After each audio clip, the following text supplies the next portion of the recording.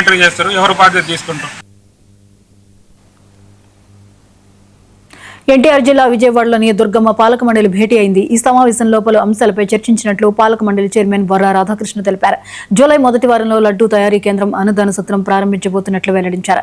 భక్తులు నిద్రించేందుకు వీలుగా షెడ్ల నిర్మాణం చేయాలని, వీటిని అమ్మవారి దర్శనానికి వాహనాల్లో వచ్చే వారి కోసం 2వ ఘాట్ రోడ్డు నిర్మించనున్నట్లు పాలక మండలి చైర్మన్ స్పష్టం చేశారు. అది చూసి నిర్ణయం, ఎందుకంటే పక్కాగా స్పీడ్ చేస్తున్నాం. అది 2 నెలల నుంచి ఎమ్మడబడుతున్నాం.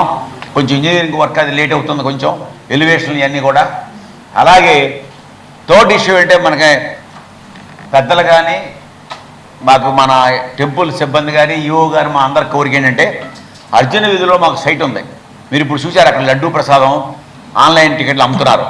అక్కడి నుంచి బ్యాక్కి వెళ్తే సుమారుగా 1500 గజాల స్థలం మనకుంది.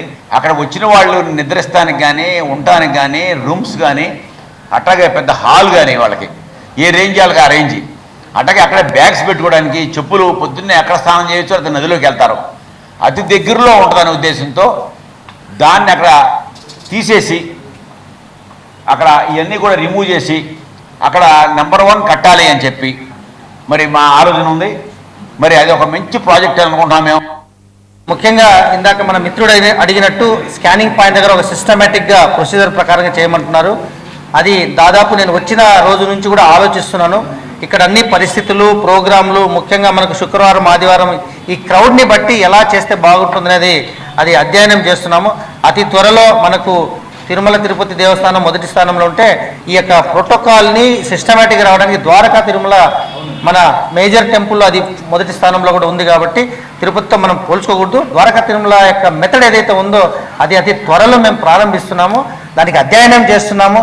దానికి కావలసినటువంటి కౌంటర్లు ఏంటి, ముఖ్యంగా రాబో రోజుల్లో ఆ యొక్క కౌంటర్ ఏదైతే ఉందో మన స్కానింగ్ పాయింట్ దగ్గర అది తీస్తేనే అక్కడ మొత్తం కూడా సిస్టమేటిక్ వస్తుంది. అక్కడికి వచ్చారు అంటే ఖచ్చితంగా ఏదైనా టికెట్ ఉండాలా, లేదైతే ఎంప్లాయీ కానీ ఐడి కార్డుతో పాటు ఫ్రీ టికెట్ అయినా ఉండాలా. అది పూర్తిగా ప్రక్షాళన చేయడానికి దానికన్నా ముందు కొన్ని కార్యక్రమాలు ఉన్నాయి. అవన్నీ కూడా పూర్తి చేసుకొని అతి త్వరలో